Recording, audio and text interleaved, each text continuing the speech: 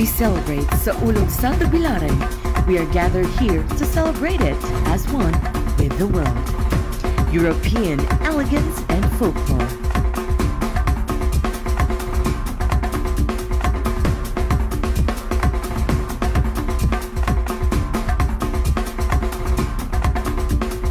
African spirit and heritage.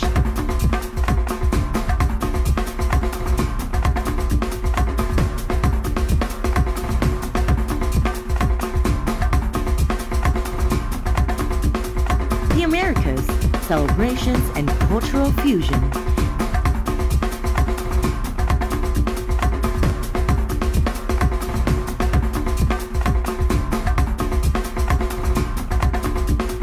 Asian grace and tradition.